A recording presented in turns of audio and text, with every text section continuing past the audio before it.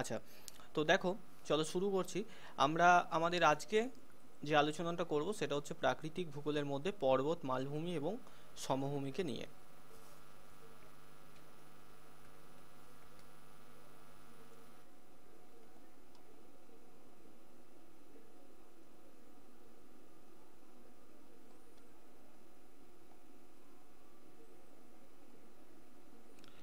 আচ্ছা দেখো, তো প্রথমে আমরা পর্বতকে নিয়ে আলোচনা করব। পর্বত এটা কি না, দেখো, সংলগ্ন ভূমি থেকে, অর্থাৎ আমরা যেটাকে সমভূমি বলে থাকি, মানে সমুদ্রপৃষ্ঠ বলতে পারি আমরা, সমুদ্রপৃষ্ঠ থেকে 600 মিটার উপরে, বা মানে মিনিমাম 600 মিটার হতে হবে। ধরো এটা হচ্ছে সমুদ্র, সমুদ্রের উপরে এরকম ভূভাগ থাকে, মানে ডাঙা সবসময় জলের থেকে উপরে থাকে, তো এটা হচ্ছে সমভূমি। এবার এটা 600 মিটার হয় না, যখন মিনিমাম যে সমভূমিটার উচ্চতা, যে ভূমিভাগটার উচ্চতা সমুদ্রের জলতল থেকে 600 মিটার উপরে হবে মিনিমাম, সেটাকে আমরা পর্বত বলবো। 600 মিটারের বেশিও হতে পারে, এই মাপটা মনে রাখবে 600 মিটার। তো সমুদ্র থেকে, সমুদ্রপৃষ্ঠ থেকে 600 মিটার বা তার বেশি উচ্চতা সম্পন্ন, অনেক দূর পর্যন্ত বিস্তৃত, মানে তার পর্বতের যে বেস, সেই বেসটা অনেক বেশি হয়ে থাকে, অনেক বেশি চওড়া হয়ে থাকে, অনেক বহু দূর পর্যন্ত বিস্তৃত, শৃঙ্গযুক্ত খাড়া ঢালের যে শিলাময় স্তূপ, তাকে পর্বত বলে, পর্বত বা মাউন্টেন বলে। পাহাড় আর পর্বতের পার্থক্য আমরা ছোটোবেলাতে পড়েছি ক্লাস 5-6-এ, সেখানে দেখি যে এই যে পাহাড় সেটা বহু দূর পর্যন্ত বিস্তৃত হয় না, কিন্তু পর্বত সেটা অনেক দূর পর্যন্ত বিস্তৃত হয়। আর পাহাড়ের মধ্যে শৃঙ্গ থাকে না, পর্বতে শৃঙ্গ থাকে। শৃঙ্গ কি, কোনো একটা এরকম পর্বত, এই পর্বতের যে এই যে মাথার অংশ, এটাকে শৃঙ্গ বলে। এবার কখনো পর্বত একা গঠিত হয় না, সে এরকম একাধিক পর্বত ছোট বড় এরকম গঠিত হয়, সেটাকে বলা হয় পর্বতমালা। এই পর্বতমালার মধ্যে সব থেকে উঁচু যেটা, সেটাকে সেই পর্বতের সর্বোচ্চ শৃঙ্গ বলা হয়ে থাকে। ঠিক আছে, যেমন আমাদের মাউন্ট এভারেস্টকে বলতে পারি। হিমালয় যেটা, হিমালয় হচ্ছে একটা পর্বতমালা, অর্থাৎ হিমালয়ের মধ্যে অসংখ্য পর্বত রয়েছে, একটা পর্বত নয় কিন্তু সেটা, এরকম সারিবদ্ধভাবে প্রচুর পর্বত কিন্তু হিমালয়ের মধ্যে রয়েছে, সবাইকে হিমালয় বলা হয়। তার মধ্যে সব থেকে উঁচু যে মাথাটা, সেটাকে বলা হয় মাউন্ট এভারেস্ট। ওকে, তো সেটাই হচ্ছে পর্বতমালা আর পর্বত শৃঙ্গের মধ্যে পার্থক্য। দেখো, পর্বত কাকে বলে, এমনভাবে বলা যায় যে সমুদ্রপৃষ্ঠ থেকে 1000 মিটার বা তার বেশি উচ্চতা সম্পন্ন সুদূর বিস্তৃত শৃঙ্গযুক্ত খাড়া ঢালযুক্ত বিস্তীর্ণ ভূভাগকে আমরা পর্বত বলে থাকি। পর্বত গঠনের প্রক্রিয়া, কিভাবে পর্বত গঠিত হয়, বিশেষ করে বেশিরভাগ ক্ষেত্রে পর্বত যেটা গঠিত হয় সেটা হচ্ছে প্লেটে প্লেটে ধাক্কা বা ঘর্ষণের ফলে।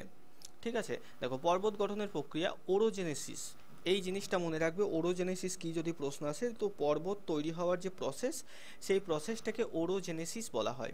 ওকে, দেখো, গ্রিক শব্দ ওরো কথার অর্থ হলো পর্বত, এবং জেনেসিস কথার অর্থ হচ্ছে সৃষ্টি হওয়া বা তৈরি হওয়া।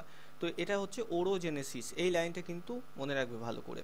দেখো, পর্বত শুধু এক ধরনের হয় না, পর্বত বিভিন্ন প্রকারের হয়, যেমন ভঙ্গিল পর্বত হয়, স্তূপ পর্বত হয়, আগ্নেয় পর্বত হয়। এগুলো কিভাবে তৈরি হয় সব আজকে আমরা পড়ব। এই প্রতি প্রকার পর্বতের গঠন প্রক্রিয়াও ভিন্ন ভিন্ন হয়, অর্থাৎ এক এক রকমের পর্বত এক একটা পদ্ধতিতে তৈরি হয়। ঠিক আছে, যেমন আগ্নেয় পর্বতের ক্ষেত্রে অগ্নুৎপাত সঞ্চিত হয়ে হয়, স্তূপ পর্বতের ক্ষেত্রে সেই একই রকম স্তরে স্তরে যে বিভিন্ন পাথর, এগুলো খণ্ডিত হয়ে জমা হয়ে হয়ে হয়। ভঙ্গিল পর্বতের ক্ষেত্রে আমরা জানি যে পাতে পাতে ধাক্কা লাগার ফলে তৈরি হয়। এইভাবে দেখো, এই যে বিভিন্ন ধরনের পর্বতের উদাহরণগুলো হলো, যেমন ধরো হিমালয়, এখান থেকে ডাইরেক্টলি আমাদের প্রশ্ন আসে এই হিমালয় থেকে, বিশেষত যে হিমালয় কোন ধরনের পর্বত। মনে রাখবে, হিমালয় একটা ভঙ্গিল পর্বত। ঠিক আছে, অর্থাৎ ভারতীয় পাত, কোন দুটো পাতের সাথে সংঘর্ষ হয়েছিল মনে রাখবে, ভারতীয় পাত আর ইউরেশীয় পাত।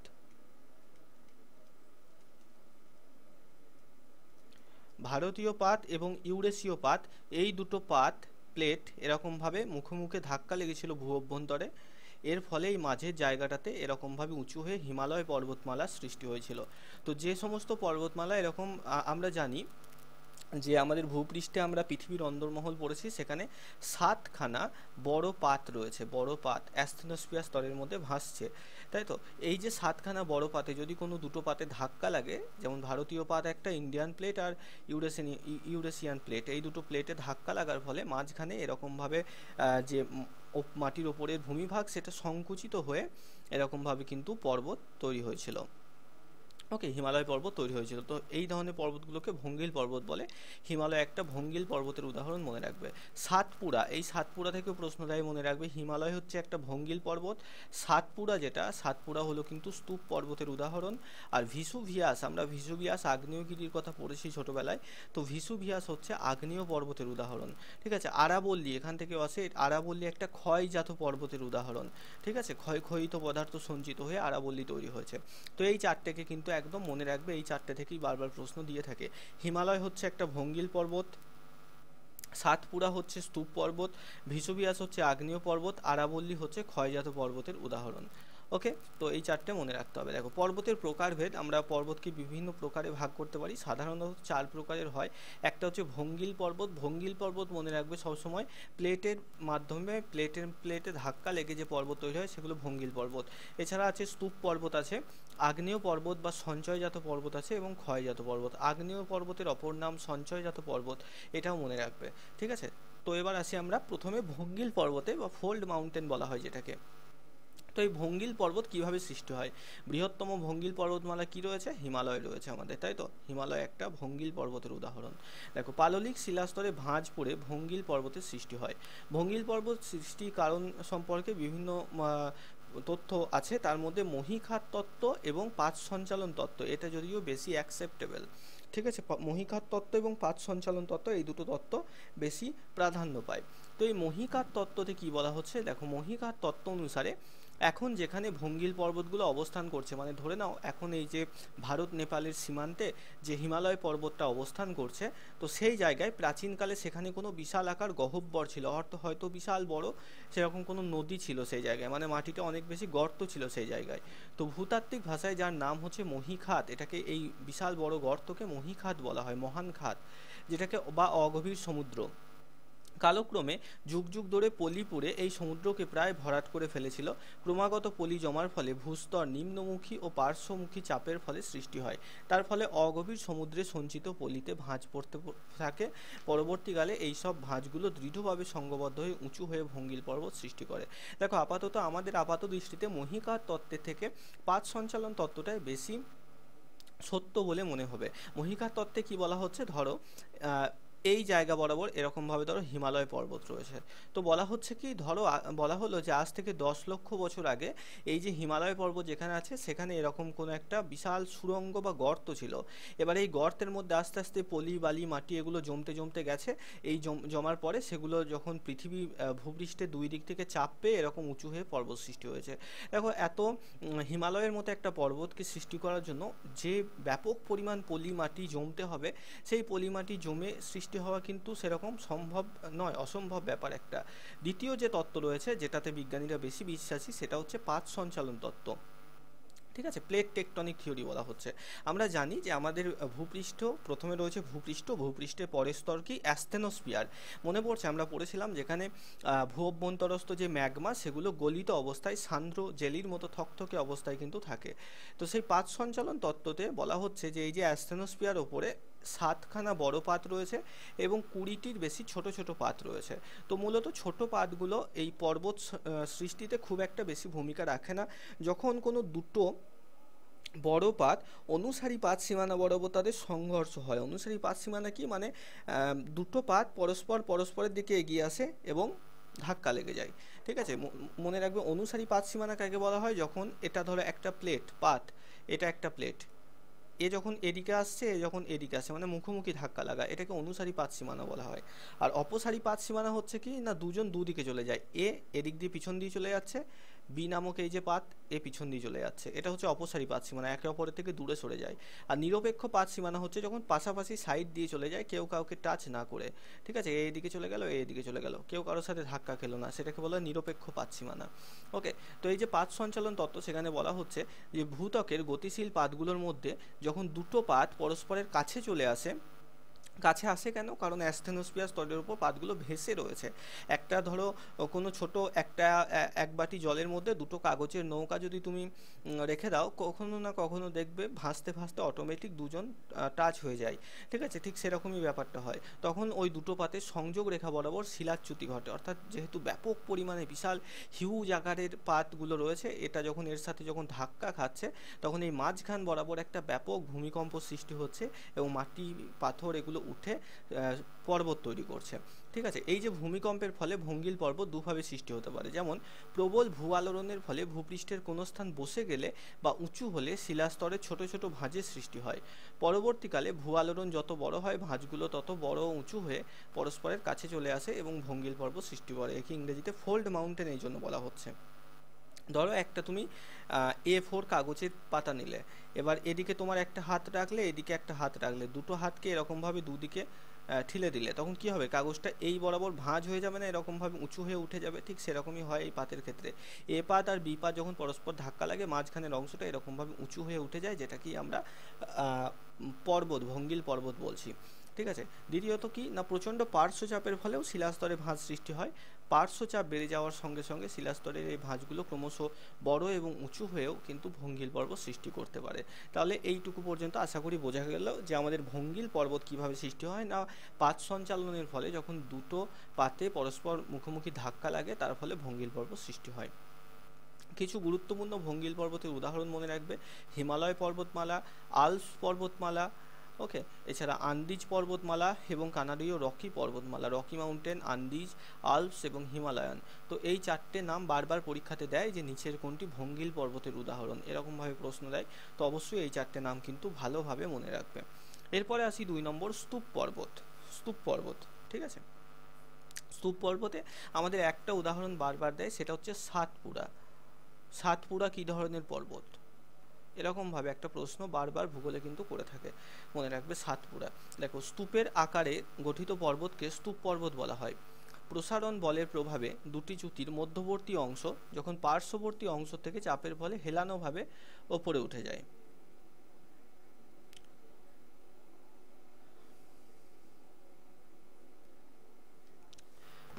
দেখো, স্তূপের আকারে গঠিত পর্বতকে স্তূপ পর্বত বলা হয়। মানে ব্যাপারটা হচ্ছে এটা এরকম এরকম এরকম অনেকটা আকৃতিটা হয়ে থাকে স্তূপের মতো। মানে কোনো একটা জায়গায় তুমি বারবার মাটি ফেললে সেই জায়গাটা যেমন উঁচু হয়ে যাবে, সেরকম দেখতে হয় এই স্তূপ পর্বতটা। তো প্রভাবে দুটো চ্যুতির মধ্যবর্তী অংশ যখন পার্শ্ববর্তী অংশ থেকে চাপের ফলে হেলানোভাবে ওপরের দিকে উঠে যায়, অর্থাৎ অনেকটা এরকম এরকম হয়ে থাকে, বেঁকা হয়ে থাকে, হ্যাঁ, সোজা হয়ে ওঠে না। তো সেগুলোকে স্তূপ পর্বত বলা হয়। উদাহরণ: ভারতের পশ্চিমঘাট পর্বত আছে, আমেরিকা যুক্তরাষ্ট্রের গ্রেট বেসিন অঞ্চলের স্তূপ পর্বত উল্লেখযোগ্য, ইউরোপের রাইন গ্রাম উপত্যকায় এটা গ্রস্ত উপত্যকায় পশ্চিমে ভোজ পর্বত উল্লেখযোগ্য। এছাড়া এই দুটো নামকে ভালো করে মনে রাখবে, এই যে ব্ল্যাক ফরেস্ট আর ভারতের সাতপুরা, এই দুটো নামকে পরীক্ষায় বারবার কিন্তু দিয়ে থাকে স্তূপ পর্বতের নাম অনুসারে। তো সাতপুরা একটা স্তূপ পর্বতের উদাহরণ, আর ব্ল্যাক ফরেস্ট কিন্তু স্তূপ পর্বতের উদাহরণ। স্তূপ পর্বতের বৈশিষ্ট্য কি হয় না, দুটো চ্যুতির মধ্যবর্তী অংশ হেলানোভাবে উত্থিত হয়। চ্যুতি মানে কি? এরকম লম্বা ফাটল, ঠিক আছে, এরকম। এটা হচ্ছে একটা চ্যুতি আর এটা হচ্ছে একটা চ্যুতি, ঠিক আছে, এরকম দুটো এরকম নালার মতো গর্ত। এবার এর মাঝের যে অংশটা আছে, এই অংশটা কিন্তু গর্ত নয়, এটা কিন্তু উঁচু। মানে এই দিকটা নিচু, এদিকটা নিচু গর্ত, ওপরের অংশটা উঁচু। ঠিক যেমন বেগুন চাষ যখন করা হয়, দেখবে বেগুন চাষ করার সময় বা আলু চাষ করার সময় এরকমভাবে মাটির ঢিপ থাকে এরকম, এর ওপরে আলু গাছগুলো থাকে, আর এই দিকে এরকম খাল নিচু দিকে ড্রেন করা হয়, এইদিকে ড্রেন করা হয়, এখানে জল দেওয়া হয় এই দুটো জায়গায়। তাই না? ঠিক এরকম যে এই যে দুটো নিচু অংশ, এদিকটা আর এদিকটা, এর মাঝে একটা উঁচু অংশ থাকে। তো এই নিচু অংশ দুটোকে চ্যুতি বলা হচ্ছে, এবং এই দুটো চ্যুতির মধ্যবর্তী যে অংশটা রয়েছে সেটা উঁচু হয়ে হেলানোভাবে উত্থিত হয়। ঠিক আছে, তো বিশাল বড় আকারে, তখন সেটা স্তূপ পর্বত বলছি আমরা। স্তূপ পর্বতের একদিকের ঢাল খুব খুব খাড়া হয় এবং অন্য দিকটা মৃদু ঢালযুক্ত হয়, অর্থাৎ এরকম হয়ে থাকে, এরকমভাবে নেমে যায়। অর্থাৎ এই দিকের ঢালটা দেখো অনেকটা সোজা হয়ে উঠে গেছে, কিন্তু এই দিকের ঢালটা অপেক্ষাকৃত কম কিন্তু খাড়া, তাই না? এরকম হয়ে থাকে, যেহেতু এটা বাঁকাভাবে অবস্থান করে, হেলানোভাবে অবস্থান করে, তাই এরকম হয়ে থাকে। স্তূপ পর্বতের উপরিভাগ প্রায় সমতল হয়, এই যে ওপরে এই জায়গায় গিয়ে যদি তুমি দাঁড়াও, তুমি যতদূর চোখ যাবে মনেই হবে না যে তুমি কোনো পাহাড়ের মাথায় দাঁড়িয়ে আছো। ঠিক আছে, এটা মোটামুটি সমতল হয়ে থাকে। এই পর্বতের ভঙ্গিল পর্বতের মতো বেশি দূর পর্যন্ত বিস্তৃত হয় না, অর্থাৎ খুব অল্প জায়গা জুড়ে কিন্তু এটা থেকে থাকে, মানে পর্বতদের মধ্যে ছোটোখাটো পর্বত আমরা এই স্তূপ পর্বতকে কিন্তু বলতে পারছি। আচ্ছা, পরে আসি গ্রস্থ উপত্যকা সম্পর্কে। গ্রস্থ উপত্যকাটা কি? দেখো, দুটো চ্যুতির মধ্যবর্তী অংশ আপেক্ষিকভাবে পাশের অঞ্চল থেকে নিচে বসে গেলে তখন ওই নিচু অংশটাকে গ্রস্থ উপত্যকা বলা হচ্ছে। অর্থাৎ দুটো চ্যুতির মধ্যে যখন দুটো চ্যুতি তৈরি হচ্ছে, তার মধ্যবর্তী যে অংশটা রয়েছে, সেই মধ্যবর্তী অংশটা যদি অন্যান্য আশেপাশে অঞ্চলের থেকে অপেক্ষাকৃত নিচু হয়ে এরকমভাবে বসে যায়, তখন সেটাকে গ্রস্থ উপত্যকা বলছি। জার্মান ভাষায় গ্রস্থ উপত্যকাকে গ্র্যাবেন বলা হয়, মনে রাখবে, এই গ্র্যাবেন নামটা মনে রাখবে। ঠিক আছে, পূর্ব আফ্রিকা বৃহৎ গ্রস্থ উপত্যকা, পৃথিবীর বৃহত্তম গ্রস্থ উপত্যকার মধ্যে পড়ে। জার্মানির রাইন নদীর গ্রস্থ উপত্যকা, ভারতের নর্মদা নদীর গ্রস্থ উপত্যকা, দামোদর, এই জায়গাটা থেকে প্রশ্ন দেয় যে ভারতের কোন নদীতে গ্রস্থ উপত্যকা বা গ্র্যাবেন, লক্ষ্য করি মনে রাখবে নর্মদার মধ্যে কিন্তু আমরা গ্রস্থ উপত্যকা দেখতে পাই। এছাড়া দামোদর নদ উপত্যকা প্রভৃতি গ্রস্থ উপত্যকা উল্লেখযোগ্য। এরপরে আসি স্তূপ পর্বতের উদাহরণে। ভারতের সাতপুরা খুব ইম্পর্টেন্ট একটা নাম, বারবার প্রশ্নে দেয়, সাতপুরা কোন ধরনের পর্বত বা নিচের কোনটি স্তূপ পর্বত, যে কোনোভাবে তোমাকে প্রশ্ন কিন্তু দিতে পারে। সাতপুরা একটা স্তূপ পর্বত। এছাড়া বিন্দ, ফ্রান্সের ভোজ, জার্মানির ব্ল্যাক ফরেস্ট এবং রকি পর্বতমালা, এগুলো কিন্তু স্তূপ পর্বতের উদাহরণ। আগ্নেয় পর্বত বা সঞ্চয়জাত পর্বত। এবার আসি, দেখো আগ্নেয় পর্বত সম্পর্কে আমরা জানার আগে অগ্নুৎপাত বা আগ্নেয়গিরি, অগ্নুদ্গম, এগুলো আমরা মোটামুটি জানি যে আমাদের অ্যাস্টেনোস্ফিয়ার স্তরের মধ্যে যে ম্যাগমা রয়েছে, সেই ম্যাগমা যখন কোনো কারণে প্রচণ্ড জোরে কোনো জ্বালামুখ দিয়ে বাইরে বেরিয়ে আসে, আমরা সেটাকে অগ্নুৎপাত বলি। ঠিক আছে, এবার সেই জিনিসটা বাইরে বেরিয়ে আসার ফলে সেই যে মানে লাভা বা আগ্নেয় ছাই গ্যাস যেগুলো নির্গত হচ্ছে, সেগুলো তো বাইরে এসে জমা হচ্ছে, ঠান্ডা হওয়ার পর জমে পাথর হয়ে যায়। সেই পাথরগুলো স্তরে স্তরে জমে জমে যে পর্বতটা সৃষ্টি করছে, সেটাকে আমরা আগ্নেয় পর্বত বলি। আগ্নেয় পর্বতের অপর নাম কি? সঞ্চয়জাত পর্বত। কেন? তার কারণ যে আগ্নেয় পদার্থ, অর্থাৎ যে লাভা, সেই লাভা বছরের পর বছর জমে জমে জমে জমে এই পর্বত সঞ্চিত হয়ে হয়ে তৈরি করছে, তাই এটাকে সঞ্চয়জাত পর্বত বলা হয়ে থাকে। ঠিক আছে, দেখো পৃথিবীর অভ্যন্তরে উত্তপ্ত গলিত পদার্থ ম্যাগমা যখন কোনো ফাটল বা ছিদ্রপথে ভূপৃষ্ঠে উঠে আসে, তখন একে অগ্নুৎপাত বা অগ্নুদ্গম বলা হয়। এই অগ্নুৎপাতের ফলে ভূপৃষ্ঠে লাভা, আগ্নেয় ছাই, গ্যাস ইত্যাদি নির্গত হয়। লাভা শীতল ও কঠিন হয়ে ভূপৃষ্ঠে স্তূপীকৃত হয়ে আগ্নেয় পর্বতের সৃষ্টি করে। তাই আগ্নেয় পর্বতকে সঞ্চয়জাত পর্বতও বলা হয়ে থাকে। অর্থাৎ এখান থেকে ধরো তোমার ম্যাগমা বেরিয়ে এলো বিস্ফোরণের সাথে, এই ম্যাগমা এখানে স্তরে স্তরে প্রথম বছর, দ্বিতীয় বছর এরকমভাবে এই লাভাগুলো জমে জমে এরকম একটা পর্বত সৃষ্টি করলো, তো এটাকে আমাদের সঞ্চয়জাত পর্বত বলা হচ্ছে। এই ধরনের পর্বত সাধারণত প্রশান্ত মহাসাগরের পরিধি বরাবর, যে বেল্ট আমরা জানি, প্রশান্ত মহাসাগরীয় আগ্নেয় মেঘলা বলে একটা রয়েছে, অর্থাৎ প্রশান্ত মহাসাগরের একটা নির্দিষ্ট অঞ্চলে সাগরের নিচে এরকম গোলভাবে অসংখ্য আগ্নেয়গিরি গোল আকারে ঘিরে রেখেছে। ঠিক মেঘলা বা কোমর বন্ধনী, যেটা যেটা শাড়ির সাথে মেয়েরা পরে, কোমরকে ঘিরে রাখে সেই গয়নাটা, এরকমভাবে কোমরের চারিদিকে যেটা থাকে এরকম, তো সেটাকে মেঘলা বলা হয়। তো এর মতো প্রশান্ত মহাসাগরের ভিতরে এরকম গোল হয়ে কিন্তু আগ্নেয়গিরি রয়েছে, যেখান থেকে প্রচুর পরিমাণে অগ্নুৎপাত প্রত্যেক বছর হয়। তো প্রশান্ত মহাসাগরে কিন্তু এই তলদেশে প্রচুর পরিমাণে এরকম সঞ্চয়জাত পর্বত রয়েছে, লাভা জমে জমে যেগুলো তৈরি হয়েছে, যেগুলো আগ্নেয় পর্বতের শৃঙ্গ, যেমন মাউন্ট ফুজি রয়েছে, মাউন্ট মায়ন রয়েছে, মাউন্ট থেরাপি রয়েছে, এই সমস্ত, একে প্রশান্ত মহাসাগরীয় আগ্নেয় মেঘলা বলা হয়ে থাকে। আগ্নেয় পর্বতের প্রধান বৈশিষ্ট্য কি?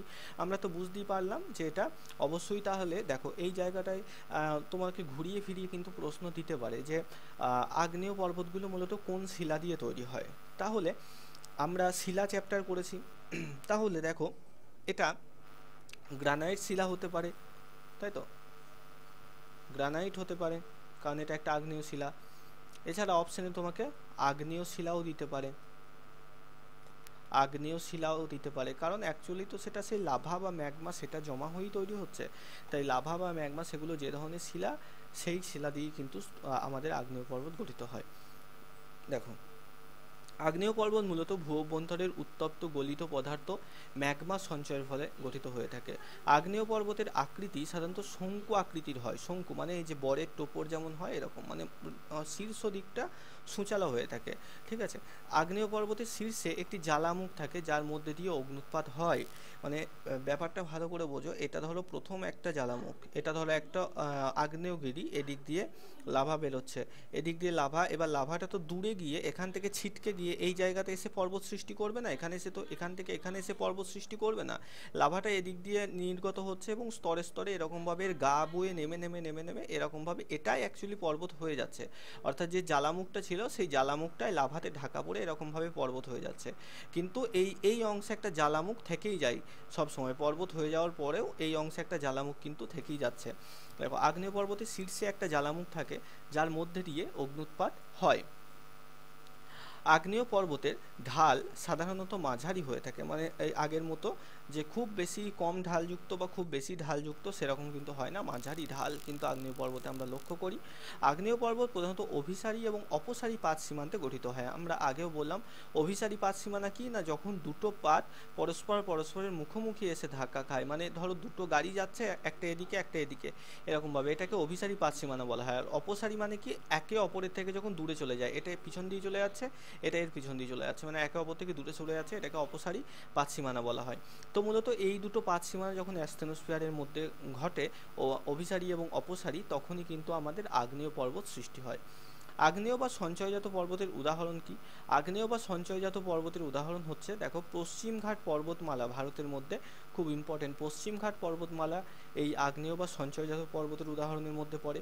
এছাড়া ভারতের আন্দামান সংলগ্ন ব্যারেন দ্বীপপুঞ্জ রয়েছে, জাপানের ফুজিয়ামা রয়েছে, ইতালির ভিসুভিয়াস রয়েছে। যদিও এগুলো আগ্নেয়গিরিও বলা হয় এগুলোকে, আর ওই যেটা বললাম ওখানে যে প্রতিটা আগ্নেয়গিরির চারপাশেই লাভা জমে জমে জমে জমে আগ্নেয় পর্বত সৃষ্টি করে। আচ্ছা, এবার দেখো ক্ষয়জাত পর্বত। তো ভঙ্গিল পর্বত, স্তূপ পর্বত ও আগ্নেয় পর্বত ক্ষয়প্রাপ্ত হয়ে যে পর্বতের সৃষ্টি হয়, অর্থাৎ দেখো আবহবিকার বলে একটা ব্যাপার আছে, আমরা পরে পড়বো। এছাড়া আমাদের বৃষ্টি রয়েছে, তুষারপাত রয়েছে, ধস রয়েছে, এই সমস্ত কারণে কোনো একটা পর্বত সৃষ্টি হওয়ার পর সে আবার কিন্তু আস্তে আস্তে ক্ষয় হতে থাকে, ক্ষয়ে যেতে থাকে। তো এই ক্ষয় হওয়ার পরে যে পর্বতটা স্তূপ পর্বত বা ভঙ্গিল পর্বত ক্ষয় হওয়ার পরে যে পর্বত সৃষ্টি হয় সেটাকে ক্ষয়জাত পর্বত বলে। ধরো এরকমভাবে একটা ভঙ্গিল পর্বত বা স্তূপ পর্বত এরকমভাবে তৈরি হয়েছিল, এটা এখন স্তূপ পর্বত। কয়েক লক্ষ বছর পরে বিভিন্নভাবে ক্ষয় হয়ে হয়ে এটা এরকমভাবে তৈরি হয়েছে। তো এটা তখন ক্ষয়জাত পর্বত হয়ে গেল। ঠিক আছে। বাতাসের ক্ষয় কাজ, আমরা যেগুলো আগে পড়েছি, হিমবাহের ক্ষয় কাজ, বৃষ্টিপাতের ক্ষয় কাজ, এই সমস্ত কারণে কিন্তু এরকমভাবে ক্ষয়জাত পর্বতে পরিণত হয়। তাহলে কারা ক্ষয়জাত পর্বত হতে পারে? যে কোনো পর্বত, ভঙ্গিল হতে পারে, স্তূপ পর্বত হতে পারে, বা আগ্নেয় পর্বত হতে পারে। প্রত্যেকটা পর্বতই ক্ষয় হয়ে গিয়ে ক্ষয়জাত পর্বতে পরিণত হতে পারে। দেখো ভূপৃষ্ঠের উপরিভাগের যে দুই প্রকারের শক্তি কিন্তু থাকে, একটা হচ্ছে পৃথিবীর বাহ্যিক শক্তি, একটা হচ্ছে পৃথিবীর বাহ্যিক শক্তি। এই বাহ্যিক শক্তির মধ্যে কী কী পড়ে? বৃষ্টিপাত, তুষারপাত, এগুলো সব বাতাসের যে ক্ষয় কাজ, সেগুলো সব বাহ্যিক শক্তির মধ্যে পড়ে। এগুলো কোনো একটা পৃথিবীর পর্বতকে বা যে কোনো ভূমিভাগকে বাইরে থেকে পরিবর্তন করে, অ্যাসিড বৃষ্টি, বজ্রপাত, এগুলো। আর এক প্রকারের শক্তি হয়, সেটাকে বলা হয় পৃথিবীর অভ্যন্তরীণ শক্তি। অভ্যন্তরীণ শক্তি যেমন কি ভূমিকম্প, অগ্নুদ্গম, যেগুলো পৃথিবীর ভিতর থেকে হচ্ছে, সেগুলোকে অভ্যন্তরীণ শক্তি বলে। এই দুই প্রকারের শক্তি কিন্তু পৃথিবীতে ভূমিরূপ গঠন করে, বাহ্যিক শক্তি এবং অভ্যন্তরীণ শক্তি উভয় মিলে যে কোনো ভূমিরূপ, সেটা হতে পারে কোনো হ্রদ, হতে পারে কোনো পর্বত, সেগুলোকে গঠন করে এই দুই প্রকার শক্তি মিলে, বাহ্যিক এবং আভ্যন্তরীণ শক্তি। তো দেখো যে সমস্ত বাহ্যিক শক্তি রয়েছে তাদের মধ্যে বৃষ্টি, নদী, বায়ু, হিমবাহ, এগুলোর কাজের ফলে প্রতিনিয়ত বিভিন্ন পর্বত ক্ষয়প্রাপ্ত হচ্ছে। এইভাবে অনেক সময় শক্ত শিলায় গড়া জায়গা কম ক্ষয় পেয়ে আশেপাশে বেশি ক্ষয়ে যাওয়া নরম শিলা গঠিত জায়গা থেকে আলাদা হয়ে উঁচু থেকে যায়। এইভাবে ক্ষয়জাত পর্বত সৃষ্টি হয়। মানে একটা স্তূপ পর্বত, সেটা চারিদিক থেকে ধরো এই দিকটা ক্ষয় হয়ে গেল, এই দিকটা ক্ষয় হয়ে গেল, এই দিকটা থেকে গেল, এই দিকটা ক্ষয় হয়ে গেল, এই দিকটা থেকে গেল। তো এরপরে এই যে এটা দেখতে যেমন হবে, হ্যাঁ, এটা দেখতে যেমন হবে, দাঁড়াও, এই যে যে পাশটা থেকে গেল, এই জায়গাটা, এই সবুজ অংশটা ধরো থেকে গেল। আগে ছিল কেমন? আগে ছিল খুব সুন্দর একটা অংশ ছিল, এবার এই সবুজ অংশটুকু থেকে গেল, বাকিগুলো ক্ষয় হয়ে গেল, বাকি এই লাল অংশগুলো ক্ষয় হয়ে গেল, এগুলো ক্ষয় হয়ে গেল। তো ক্ষয় হয়ে যাওয়ার পর যেটুকু অবশিষ্ট থাকলো সবুজ অংশটুকু, এটাকে আমরা ক্ষয়জাত পর্বত বলতে পারবো। ঠিক আছে, এটাকে আমরা ক্ষয়জাত পর্বত বলতে পারবো। আচ্ছা, তারপরে দেখো এর অপর নাম, দেখো রেসিডুয়াল মাউন্টেন বলা হয় বা অবশিষ্ট পর্বত বলা হয় এটাকে। ক্ষয়জাত পর্বতের উদাহরণ কি? ভারতের রাজস্থানের আরাবল্লী হচ্ছে একটা ভারতীয় ক্ষয়জাত। বিশেষ করে সমস্ত নামগুলো যদি মনে না রাখতে পারো, ভারতের গুলোকে অবশ্যই কিন্তু মনে রাখতে হবে। পশ্চিমবঙ্গে রয়েছে আমাদের শুশুনিয়া, এছাড়া অযোধ্যা পাহাড় রয়েছে আমাদের পুরুলিয়াতে। তো এগুলো সব কিন্তু আমাদের ক্ষয়জাত পর্বতের উদাহরণের মধ্যে পড়ে। এছাড়া উত্তর আমেরিকার হেনরি রয়েছে, অ্যাপোলিসিয়ান পর্বতমালা রয়েছে, ইউরাল বা উরাল পর্বত রয়েছে, নীলগিরি রয়েছে, পরেশনাথ রয়েছে। এগুলো সব, পরেশনাথ যদিও অনেক জায়গায় পাহাড় লেখা থাকে দেখবে, মানে এর আকৃতি ক্ষয়জাত হতে হতে খুবই ছোট হয়ে গেছে এখন। তো এগুলো সব কিন্তু আমাদের ক্ষয়জাত পর্বতের উদাহরণ। মূলত এখানে তোমরা আরাবল্লী আর শুশুনিয়া এই দুটোকে ভালো করে মনে রাখবে। আচ্ছা, এরপরে আসি মালভূমি। আচ্ছা, পর্বত নিয়ে যতটা বললাম, এত দূর পর্যন্ত কারো কোনো ডাউট থাকলে একটু বলবে। পর্বত, আচ্ছা দেখো মালভূমি আর সমভূমি। মালভূমি কি? আমরা জানি মালভূমিকে টেবিল ল্যান্ড বলা হয়, অর্থাৎ সমভূমি হচ্ছে সমান ভূমিভাগ যেখানে আমরা রয়েছি। এবং এই মালভূমি মূলত দেখবে পুরুলিয়াতে দেখা যায় এগুলো মানে সমভূমি থেকে অপেক্ষাকৃত উঁচু এরকমভাবে গঠিত হলো। তো এটাকে আমরা মালভূমি বলি, এটাকে আমরা সমভূমি বলি। দেখো সমুদ্রতল থেকে মাপটা মনে রাখবে, সমুদ্রতল থেকে প্রায় 300 মিটারের একটু বেশি উঁচুতে অবস্থিত খাড়া ঢালযুক্ত ঢেউ খেলানো বিস্তীর্ণ ভূমিভাগকে মালভূমি বলা হয়। মালভূমির বৈশিষ্ট্য কি? এটা ঢেউ খেলানো, এরকম ভাবে হয়, সমতল হয় না। ঠিক আছে, মালভূমির উপরিভাগ সমতল বা টেবিলের মতো দেখতে হয়। উপরের এই যে অংশটা, এই অংশটা সমতল হয়ে থাকে, টেবিলের মতো দেখতে হয়ে থাকে। কিন্তু মালভূমির মূল যে ভূমিরূপ সেটা আঁকা বাঁকা এরকম এবড়ো খেবড়ো হয়ে থাকে, ঢেউ খেলানো। দেখো মালভূমিকে টেবিল ল্যান্ড বলা হয় কারণ এটা দেখতে অনেকটা টেবিলের মতো। একটা টেবিলের যেমন এরকম 4টে পা এবং মাথার উপরে যে অংশটা থাকে, তো এরকমই মালভূমিটাও ঠিক সেরকম টেবিলের মাথার মতোই ওপরের অংশটা সমতল হয়ে থাকে এই অংশটা, আর এরকম টেবিলের মতো উঁচুতে অবস্থান করে। ঠিক আছে, তাই একে টেবিল ল্যান্ড বলা হয়। মালভূমিগুলোর আকৃতি, উচ্চতা, বিস্তৃতি ও উৎপত্তির উপর ভিত্তি করে মালভূমি শ্রেণীবিভাগ করা হয়ে থাকে। মূলত এগুলোকে 3টে শ্রেণীতে ভাগ করা হয়ে থাকে। কি? একটা হচ্ছে ব্যবচ্ছিন্ন মালভূমি, একটা হচ্ছে পর্বত বেষ্টিত মালভূমি, আর একটা হচ্ছে লাভা মালভূমি। তাহলে আমরা পর্বতকে 4 ভাগে ভাগ করছিলাম, মালভূমিকে আমরা 3 ভাগে ভাগ করছি। চলো দেখি প্রথমে ব্যবচ্ছিন্ন মালভূমি কাকে বলে। তো কোনো একটা বিস্তীর্ণ মালভূমি অঞ্চল নরম শিলাগুলো প্রাকৃতিক বিভিন্ন শক্তি যেমন বায়ু, জলধারা, বৃষ্টিপাত ইত্যাদির দ্বারা ক্ষয়প্রাপ্ত হয়ে শুধুমাত্র এক সময় কঠিন শিলাগুলো দাঁড়িয়ে থাকে ব্যবচ্ছিন্নভাবে। এই ধরনের ক্ষয়প্রাপ্ত শিলাগুলি দ্বারা গঠিত মালভূমিকে ব্যবচ্ছিন্ন মালভূমি বলা হয়ে থাকে। মানে ধরো আমরা জানি যে ভূপৃষ্ঠে যে কোনো জিনিস, যে কোনো, এটা ধরো কোনো একটা উঁচু ভূভাগ, এটা ধরো কোনো একটা মালভূমি, এর মধ্যে কি রয়েছে? এর মধ্যে নরম শিলাও রয়েছে, এর মধ্যে নরম শিলা রয়েছে, আবার কঠিন শিলা রয়েছে। ধরো এই অংশটা, এই অংশটা, এটা হচ্ছে নরম শিলা, এটা হচ্ছে নরম শিলা। ঠিক আছে, তারপরে আবার এই অংশে রয়েছে নরম শিলা, আর মাঝখানে সাদা অংশগুলো ধরো কঠিন শিলা। তো যে সমস্ত ক্ষয়কারী শক্তিগুলো রয়েছে, যেমন ধরো বায়ু শক্তি, বৃষ্টির শক্তি, তো তারা কি করবে? এটা হচ্ছে কি সফট, এটা হচ্ছে সফট। তো এই শিলাগুলোকে আগে ক্ষয় করে ফেলবে এটাকে, ফলে এই যে ভূমিভাগটা সেটা দেখতে এরকম হয়ে যাবে, তাই না? কারণ এই যে নরম শিলা এই বরাবর আর এই বরাবর নরম শিলা ছিল, যেটাকে এরা খেয়ে ফেলেছে আগে, তো এরকম এবড়ো খেবড়ো হয়ে যাচ্ছে। তো এই ধরনের একটা মালভূমিতে যখন নরম শিলার স্তরগুলো তাড়াতাড়ি ক্ষয়প্রাপ্ত হয়ে যায় বিভিন্ন প্রাকৃতিক শক্তিতে, এবং তারপরে কেবলমাত্র কঠিন শিলাযুক্ত অংশটা দাঁড়িয়ে থাকে এলোমেলো হয়ে, আঁকাবাঁকা হয়ে, এই ধরনের মালভূমিগুলোকে ব্যবচ্ছিন্ন মালভূমি বলে। মানে বলতে পারো তুমি একটা আপেল নিলে, সেই আপেলটা একটা মালভূমি, এবার সেই আপেলটাকে তুমি কিছু কিছু জায়গায় কামড় দিয়ে খেয়ে ফেললে এখানে সেখানে, তারপরে যে এই যে আধ খাওয়া যে আপেলটা পড়ে থাকলো, এটাই ব্যবচ্ছিন্ন মালভূমি। ঠিক এরকমই ব্যাপার। আচ্ছা দেখো, যখন একে অপরের সঙ্গে এমন অনিয়মিতভাবে অবস্থান করে, তখন তাকে ব্যবচ্ছিন্ন মালভূমি বলে। সৃষ্টির কারণ কি রয়েছে? দেখো, ক্ষয়ের ফলে ব্যবচ্ছিন্ন মালভূমির সৃষ্টি হয়ে থাকে। ক্ষয় কাজ মূলত কিন্তু প্রধান কারণ, কারণ একটা একটা মালভূমি সেটা ক্ষয়ের পরেই কিন্তু সেটা ব্যবচ্ছিন্ন মালভূমিতে পরিণত হচ্ছে।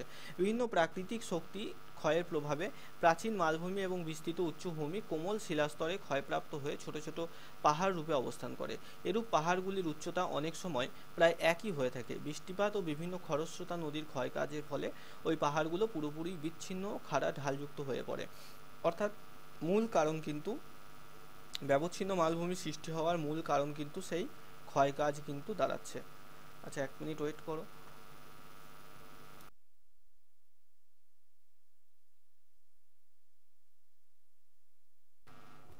আচ্ছা, তো যেটা বলছিলাম, যে এই যে ব্যবচ্ছিন্ন মালভূমি তার সৃষ্টির কিন্তু একটাই কারণ দাঁড়াচ্ছে, সেটা হচ্ছে আমাদের ক্ষয়কাজ।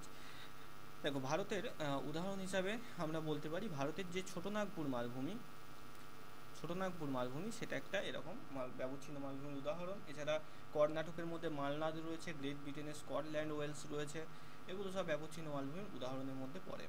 তো ঠিক এরকম হচ্ছে ব্যাপারটা, যেমন ছবিটা আমরা দেখতে পাচ্ছি এখানে, যে দেখো এটা টোটাল যে ছবিটা আমরা দেখতে পাচ্ছি এটা একটা মালভূমি ছিল। এবার এই মালভূমির মধ্যে দিয়ে নদী খাতগুলো দেখো এখানে সেখানে প্রবাহিত হয়েছে, আর নদী যেদিকে প্রবাহিত হয়েছে সেই সেই জায়গাগুলোকে এরা ক্ষয় করে দিয়েছে। তো ক্ষয় করে দেওয়ার পরে এটা প্রথমে ছিল কি, প্রথমে একটা এরকম গোটা মালভূমি ছিল, এখান থেকে এত দূর পর্যন্ত গোটা একটা মালভূমি ছিল। এবার নদী ক্ষয় করে দিয়েছে, ক্ষয় করে দেওয়ার পরে কি হয়েছে, এই যে দেখো এই অংশটা একটা মালভূমি হয়ে গেছে, এই অংশটা একটা মালভূমি, এই অংশটা একটা মালভূমি, এটা একটা মালভূমি, হ্যাঁ এটা একটা মালভূমি, এটা একটা মালভূমি, এটা একটা মালভূমি, অর্থাৎ বিভিন্ন ভাগে। মানে ব্যাপার হচ্ছে ঠিক সেই যেমন তুমি জন্মদিনে কেক কাটো, প্রথমে কেকটাকে নিয়ে আসলে কাটার আগে পর্যন্ত সেটা একটা পিস হয়ে থাকলো, সেটা হচ্ছে মালভূমি।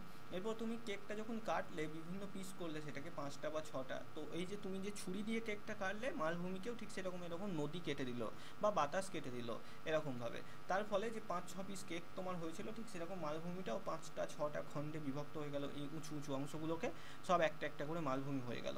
তো এদেরকে প্রত্যেককে ব্যবচ্ছিন্ন মালভূমি বলা হচ্ছে। ব্যবচ্ছিন্ন মানে কি, আলাদা হয়ে যাওয়া, ব্যবচ্ছিত হয়ে যাওয়া, ব্যবচ্ছেদ ঘটা, ব্যবচ্ছেদ মানে কেটে ফেলা।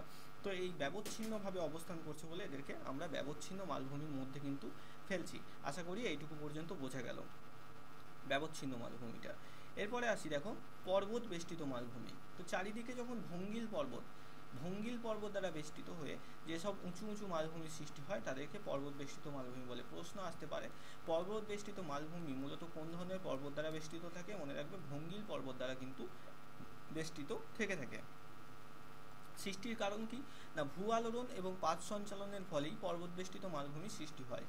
পর্বত সৃষ্টির সময় প্রবল পার্শ্বচাপের প্রভাবে হয়ে থাকে, অর্থাৎ যখন পর্বত সৃষ্টি হচ্ছে সেই পাতে পাতে ধাক্কা লেগে তার ফলে প্রচুর যে পাশ থেকে চাপ সৃষ্টি হচ্ছে, সবটাই পর্বত হয় তা নয়, কিছুটা অংশ মালভূমিতেও কিন্তু পরিণত হয়ে যায়।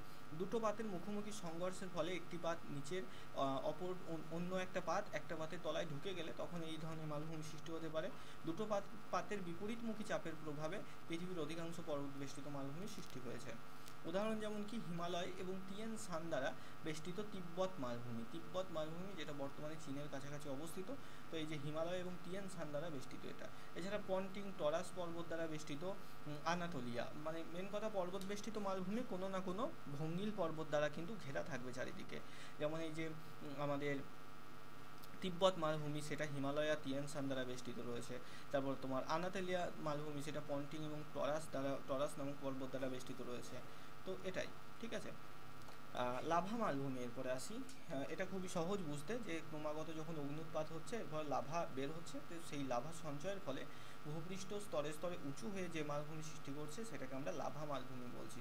হ্যাঁ, মানে এরকমভাবে অগ্নুৎপাত হলো, ঠিক যেমন আমাদের লাভা গঠিত সঞ্চয়জাত পর্বত সৃষ্টি হয়েছিল, ঠিক সেরকম পর্বতের থেকে কম উঁচু হলে তখন সেটাকে আমরা মালভূমির মধ্যে বলছি। সৃষ্টির কারণ কি না, সঞ্চয়ের ফলে লাভা মালভূমি সৃষ্টি হয়।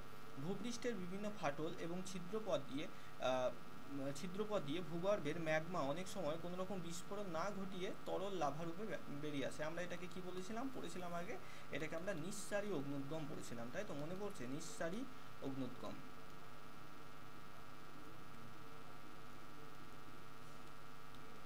দেখো, বিস্তীর্ণ অঞ্চল জুড়ে সঞ্চিত হয়ে এইরূপ ক্রমাগত লাভা সঞ্চয়ের ফলে অঞ্চলটি উঁচু হয়।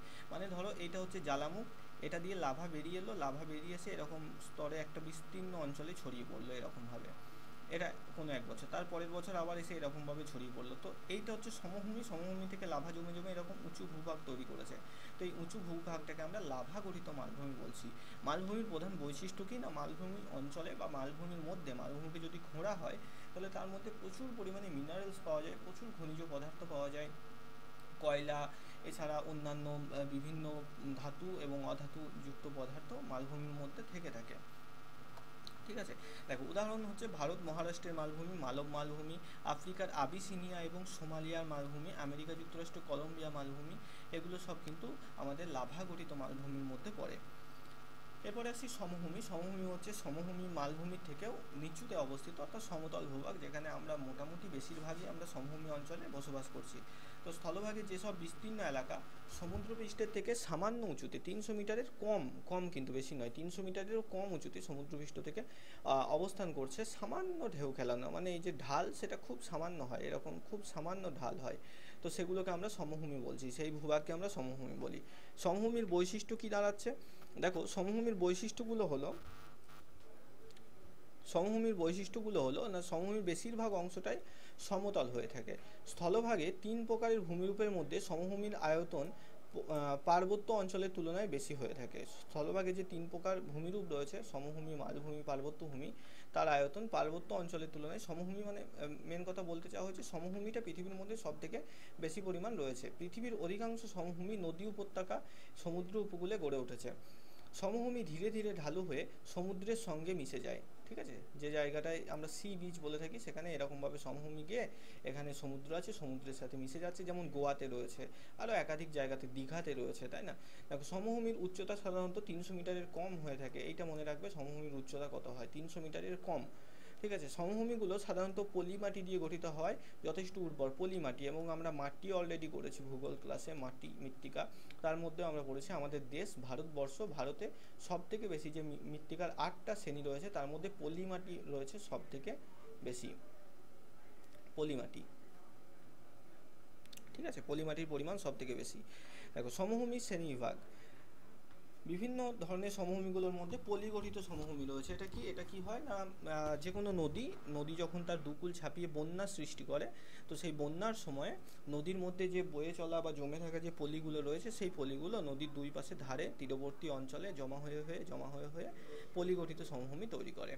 ঠিক আছে, মনে পড়ছে আমরা পড়েছিলাম। আচ্ছা, এখানে বলো তো যে এই যে পলি যেটা জমা হচ্ছে, সেখানে পুরনো পুরনো পলিকে কি বলা হচ্ছে, পুরনো পলি কে কি বলা হচ্ছে, আর নবীন যে পলি সেটাকে কি বলা হয়? আগে আমরা পড়েছি, মনে আছে কারণ? পুরাতন পলি আর নতুন পলি কোনটাকে কি বলা হয়? আচ্ছা, একদম তাই, আমরা পড়েছি যে পুরনো যে পলিমাটি সেটাকে কি বলছি আমরা, পুরনোটাকে ভাঙ্গার বলা হয়, পুরনো পলিমাটিকে ভাঙ্গার বলা হয়। আর নবীন যে পলিমাটি সেটাকে কি বলা হয়, সেটাকে বলা হয় খাদার বলা হয়। ঠিক আছে, আর এই যে ভাঙার খাদার মিলেমিশে যে একটা সমভূমি তৈরি করছে, যেখানে চাষ খুব ভালো হয়, বিশেষ করে ধান চাষ ভালো হয়, সেটাকে পলিগঠিত সমভূমি বলা হচ্ছে। অর্থাৎ এদিক দিয়ে নদী গেছে, এটা নদী গেছে, নদীর দুকুল ছাপিয়ে এই অংশ বরাবর আর এই অংশ বরাবর পলিমাটি, বন্যার সময় পলিমাটি জমি যে সমভূমি তৈরি হয়েছে, সেটাকে পলিগঠিত সমভূমি আমরা বলছি। যেমন সিন্ধু গঙ্গা ব্রহ্মপুত্রের সমভূমি, গাঙ্গেয় সমভূমি আমরা জানি বৃহত্তম। দেখো লাভা গঠিত সমভূমি এর পরে আসছে যে ভূগর্ভস্থের এই যে উত্তপ্ত লাভা, সেই একই জিনিস যেমন পর্বতে হয়েছিল, যেমন মালভূমিতে হয়েছিল, ঠিক একই জিনিস সমভূমিতেও হচ্ছে। মেন হচ্ছে উচ্চতা, কোনো জায়গায় যদি এই লাভা জমে জমে বিশাল উঁচু হয়ে যায়, 600 মিটারের বেশি উঁচু হয়ে যায়, 1000 মিটারের কাছাকাছি উঁচু হয়ে যায়, তখন সেটাকে আমরা লাভা গঠিত পর্বত বলে থাকি, সঞ্চয়জাত পর্বত বলে থাকি। যখন 300 মিটার থেকে 600 মিটারের মধ্যে হয়ে থাকে, তখন সেটাকে আমরা লাভা গঠিত মালভূমি বলবো। আর যখন তার উচ্চতাটা 300 মিটারের কম হবে, তখন সেটাকে আমরা লাভা গঠিত সমভূমি বলবো। বাকি প্রসেস সব একই। ভূগর্ভস্থ যে উত্তপ্ত তরল পদার্থ ভূপৃষ্ঠে ফাটল বা দুর্বল স্থান দিয়ে বাইরে বেরিয়ে ভূপৃষ্ঠের বিস্তীর্ণ অংশে জমাট বেঁধে লাভা সমভূমি গঠিত হয়। যেমন আইসল্যান্ডের সমভূমি হচ্ছে লাভা সমভূমির একটা উদাহরণ। এই লোয়েসটা একটু ভালো করে দেখো। লোয়েস সমভূমি কি না, মরু অঞ্চলে অতি সূক্ষ্ম সূক্ষ্ম বালুকণা বায়ুর দ্বারা বয়ে গিয়ে অনেক দূরে কোনো নিচু স্থানে দীর্ঘদিন ধরে সঞ্চিত হয়ে লোয়েস সমভূমি গঠন করে। অর্থাৎ ধরো এটা মরুভূমি, এরকম বালির ঢিবি রয়েছে, ঠিক সেরকমই মরুভূমিতে এরকম খালও রয়েছে অনেক। এরকম এরকম খাল রয়েছে। তো বাতাস বাতাস কি করলো, বাতাস যখন এদিক দিয়ে বইছে এরকম ছোট ছোট বালির কণা, প্রচুর বালিকে উড়িয়ে নিয়ে এসে এই উঁচু জায়গা থেকে এই খালগুলোর মধ্যে এসে সঞ্চয় করে দিল। ফলে এই খালগুলো ভরাট হয়ে গেল। এর ফলে এই যে দেখো আগে যেটা খাল ছিল সেটা এখন সমতল হয়ে গেল, সমভূমি হয়ে গেল। তো এই ধরনের সমভূমিটাকে লোয়ের সমভূমি বলা হচ্ছে। এটা মূলত মরুভূমিতে বায়ুর ক্ষয়কাজের ফলে গঠিত হয়। তো যদি প্রশ্ন আসতেই পারে লোয়ের সমভূমি কীভাবে গঠিত হয়, মনে রাখবে বায়ুর ক্ষয়কাজের ফলে। ওকে, দেখো যেমন গোবি মরুভূমির লোয়েস দ্বারা চীনের হোয়াংহো নদী অববাহিকায় লোয়েস সমভূমি গড়ে উঠেছে। ঠিক আছে, এত দূর ছিল আমাদের তিনটে কাজ। এত দূর পর্যন্ত টোটালটা তোমাদের বোঝা গেছে কিনা একটু এবার বলো, আর কারো কোথাও সমস্যা থাকলে সেটাকেও বলো।